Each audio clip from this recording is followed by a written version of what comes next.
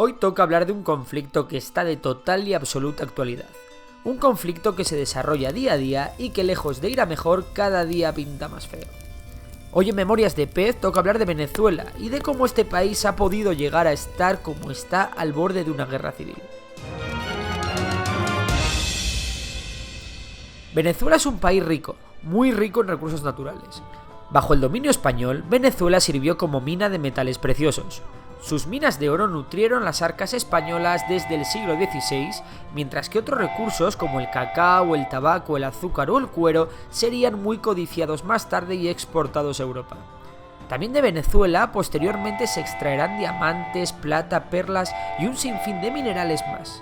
Recordad esto porque la riqueza en recursos naturales de Venezuela es la clave del conflicto. El caso es que Venezuela ansiaba independizarse del Imperio Español. La Ilustración y las ideas que surgieron de la Revolución Francesa calaron en los criollos. Cuando Napoleón invade España, los independentistas ven una oportunidad perfecta que no pueden dejar escapar. Es aquí donde surgirá el gran referente para millones de venezolanos, Simón Bolívar. Simón Bolívar fue quien lideró la lucha independentista. La hasta entonces provincia de Venezuela fue primero integrada en lo que se llamó la Gran Colombia, y más tarde se independizó de esta, siendo ya completamente independiente.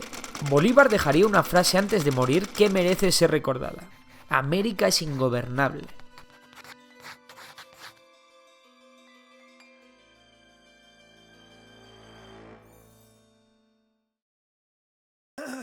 Hablar de la historia política de Venezuela es hablar de dictaduras, ya que durante todo el siglo XIX solo las guerras civiles las interrumpieron. Lo mismo ocurriría en el principio del siglo XX. En 1908 llegaría al poder el dictador Juan Vicente Gómez, que se encontraba una gran crisis económica provocada por la deuda de Venezuela con las grandes potencias mundiales. Desde la independencia de Venezuela, el gran problema del país siempre había sido la extrema pobreza de una gran parte de su población. Sin embargo, en 1910 se descubrió en Venezuela un recurso mucho más valioso que el oro: el petróleo. En menos de 10 años, Venezuela se convirtió en el mayor exportador del mundo y su deuda exterior simplemente desapareció. ¿Sirvió esta nueva riqueza para mejorar el nivel de vida de los venezolanos? Pues no. El analfabetismo seguía siendo muy alto y la pobreza extrema.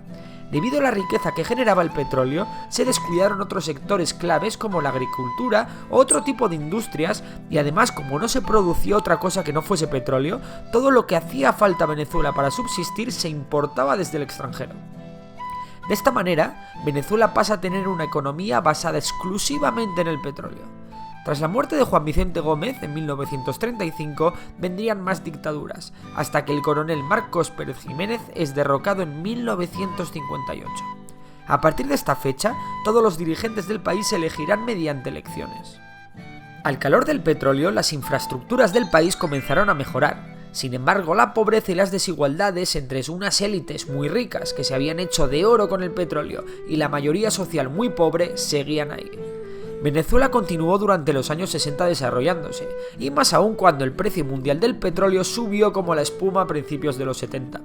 La bonanza permitió al presidente Carlos Andrés Pérez nacionalizar las industrias del hierro, y como no podía ser de otra manera, también la del petróleo.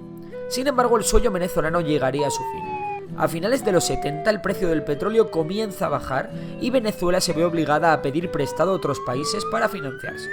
Sin embargo, el precio del petróleo continuó bajando y Venezuela comenzó a pasarlo verdaderamente mal para poder pagar sus deudas. Esta situación obligó al gobierno de Pérez Jiménez a introducir medidas de austeridad. Es decir, el precio de la fiebre del petróleo cayó directamente sobre las clases populares, las cuales no habían mejorado mucho su situación durante los años de bonanza. Además, las protestas eran frecuentes y a menudo violentas. Especialmente violenta fue la del Caracazo, con más de 300 muertos. En 1992 se lleva a cabo un intento de golpe de estado por parte del comandante Hugo Chávez que fracasa y este es encarcelado. El mismo año, otros oficiales intentan un segundo golpe que también resulta ser un fracaso. En los 90, Venezuela es un país sumido en una gran miseria: corrupción, pobreza, subidas de precios, devaluación de la moneda, auge del narcotráfico, etc. En este contexto, Hugo Chávez, golpista en 1992, se presenta en 1998 a las elecciones presidenciales con un programa socialista, presentándose a sí mismo como el nuevo Simón Bolívar y prometiendo una revolución social que repartiese la escasa riqueza de Venezuela. Chávez ganó las elecciones y comenzó con su programa. Durante los primeros años de su gobierno, la sociedad venezolana se dividió entre chavistas, que apoyaban el proyecto bolivariano, y opositores, que demandaban una mayor libertad económica. Sin embargo, Chávez supo ganarse a gran parte de las clases populares con programas estatales de ayuda a los más necesitados y volvió a ganar las elecciones. La oposición intentó derrocar a Chávez en 2002 por la fuerza, y lo volvió a intentar una vez más con una huelga general que paralizó el país durante 63 días. Todo ello sin ningún tipo de éxito. En la primera década del siglo XXI, el precio del petróleo volvió a subir como la espuma, lo que le dio un gran poder al gobierno chavista, que continuó con su programa de ayudas sociales. En 2007, Chávez es reelegido por tercera vez. Esta tercera legislatura se centró en sus relaciones internacionales, promoviendo un bloque anti-Estados Unidos con países como Bolivia o Cuba. Estados Unidos, presidido por entonces por Bush, declaró a Venezuela como parte del eje del mal. La nueva década comenzaba con un gran problema que hizo tambalearse al gobierno chavista. Una sequía produjo una crisis energética y de agua sin precedentes.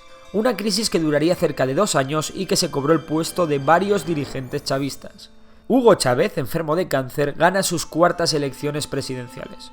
Poco después, el presidente venezolano muere y se celebran unas elecciones que son ganadas por el candidato chavista Nicolás Maduro. Durante los últimos mandatos de Chávez, la oposición parlamentaria y callejera habían sido constantes, pero esta se ve muy reforzada cuando Maduro llega al poder. Maduro, que no goza del carisma ni la popularidad de Chávez, ve como el precio mundial del petróleo comienza a bajar de nuevo. Esto agrava los problemas de escasez de productos básicos existentes en Venezuela, lo que a su vez agrava la inflación y el desempleo. Y todo ello provoca nuevas dificultades para pagar la deuda exterior del país. Esta nueva crisis ha sumido a Venezuela en un clima de violencia entre gobierno y opositores. Maduro ha respondido a la beligerancia de la oposición con medidas que blindan al gobierno y lo hacen prácticamente intocable. Los opositores acusan a Maduro de dictador, mientras que este acusa a los opositores de traidores y golpistas. Y además también acusa a Estados Unidos de estar detrás de todos los males económicos de Venezuela. Al final son los encarcelamientos, las acusaciones cruzadas, las muertes, los disturbios y la pobreza quienes de verdad gobiernan Venezuela. ¿Está el mundo el tiempo de salvarla o está Venezuela condenada?